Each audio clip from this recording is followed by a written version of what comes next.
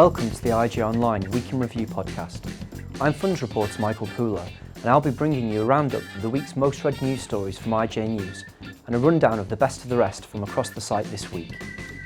Among the top 5 stories from IJ News this week was a report on the latest investment by Barclays Infrastructure Fund, an acquisition of 4 solar power plants in Italy. At 4 was the shortlist of bidders for the second batch of privately financed schools under the UK Government's Priority School Building Programme. 3 groups will proceed to the next stage of the procurement process, which involves contracts worth up to £120 million. At 3, IJ News dispatched a report from our offshore wind forum, which took place on Tuesday. Bankers present said that despite the return of commercial banks to offshore wind projects, tenor was the key issue facing lending in the sector.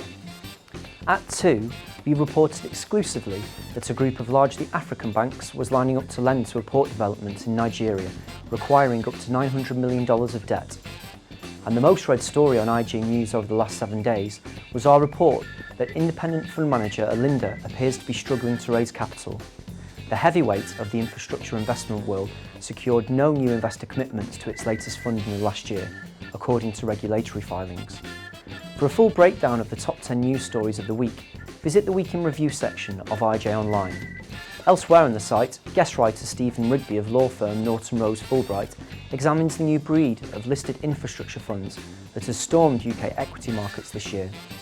We also take an in-depth look at what is driving the recent spate of telecommunications towers M&A.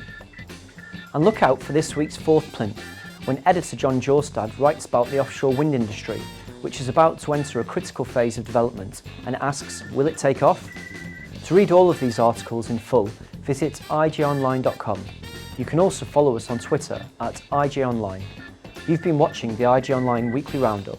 Tune in next week for a roundup of what's happened in infrastructure finance. Thanks for watching.